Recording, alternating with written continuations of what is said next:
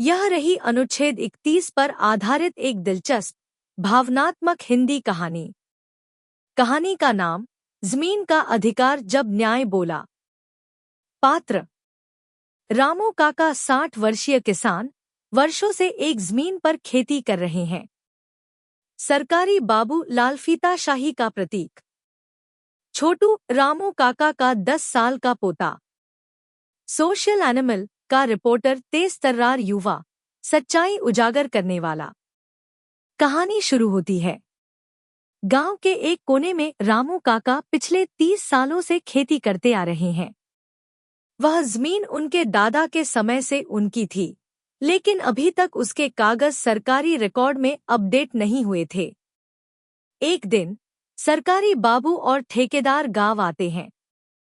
बाबू रौब के साथ, सरकारी परियोजना के लिए जमीन चाहिए, खाली करो।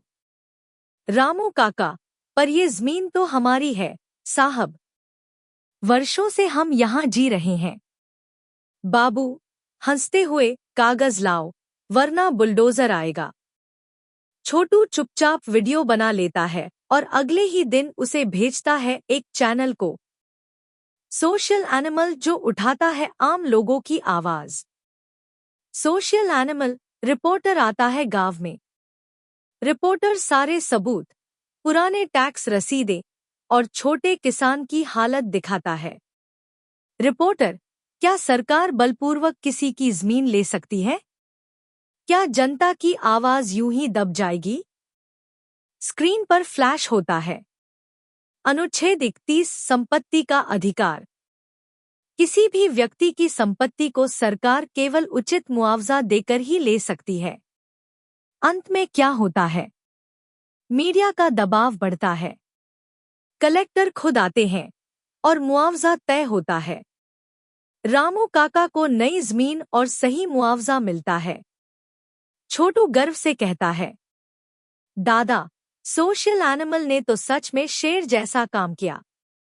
हम जैसे आम लोगों की आवाज कोई है। Social animal. संक्षेप में आर्टिकल 31 पहले यह नागरिकों को अपनी संपत्ति रखने और उसकी रक्षा करने का मौलिक अधिकार देता था। अब यह मौलिक अधिकार नहीं रहा, लेकिन सरकार आज भी किसी की संपत्ति बिना उचित मुआवजा दिए नहीं ले सकती। यह कानूनी अधिकार राइट टू प्रॉपर्टी के रूप में बचा हुआ है। आर्टिकल 31 सिर्फ कानून नहीं, इंसाफ है।